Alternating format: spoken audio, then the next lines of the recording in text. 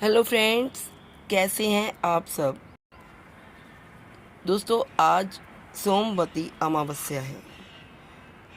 धार्मिक मान्यता के अनुसार जिस दिन सोमवार और अमावस्या तिथि हो उसे सोमवती अमावस्या कहते हैं। इस दिन पितरों का तर्पण कर दान पुण्य का विशेष महत्व है। इस दिन पीपल के पेड़ की पूजा व 108 बार परिक्रमा करनी चाहिए। इस दिन परिक्रमा में पैसा, फल, मिठाई आदि चढ़ानी चाहिए। बच्चों को फल तथा मिठाई बांटने से विशेष फल मिलता है। इस सोमावती मस्या के व्रत को सुहागिन स्त्रियां अपने पति व पुत्र की लंबी आयु के लिए व अखंड सौभाग्य के लिए करती हैं।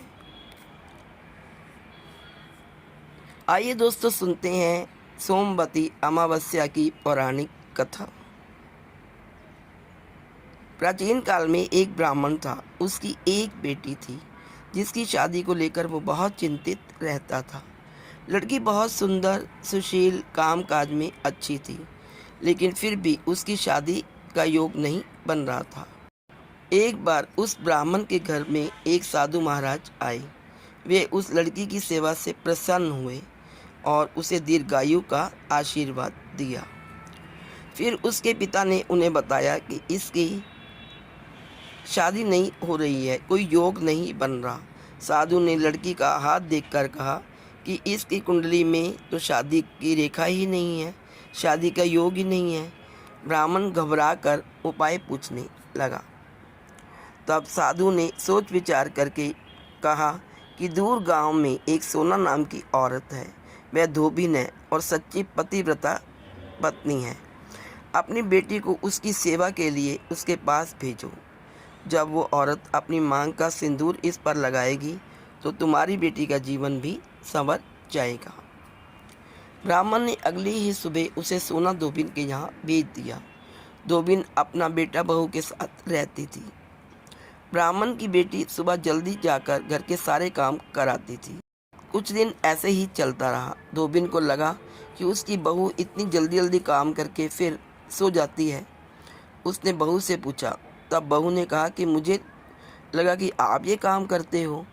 धोबिन ने अगली सुबह उठकर सोचा कि मैं देखूंगी कौन ऐसा मेरा काम करके जाता है। तब वहाँ ब्राह्मण की बेटी आई और फिर उसे धोबिन ने पकड़ लिया। धोबिन के पूछने पर उसने अपनी सारी व्यथा सुना दी। धोबिन भी खुश हो गई और उसे अपनी मांग का सिंदूर लगा दिया। ऐसा करते ही धोबिन के पति की मृत्यु हो गई। ये सोमवती अमावस्या का दिन था। धोबिन तुरंत दौड़ते दौड़ते पीपल के पेड़ के पास गई। परिक्रमा करने के लिए उसके पास कोई सामान नहीं था, तो उसने ईंट के टुकड़ों से पीपल की 108 बार परिक्रमा की। ऐसा करते ही धोबिन के पति में जान आ गई और वो मुर्दा जीवित हो उठा। इसके बाद से इस दिन का हर विवाहिता के जीवन में विशेष महत्व है।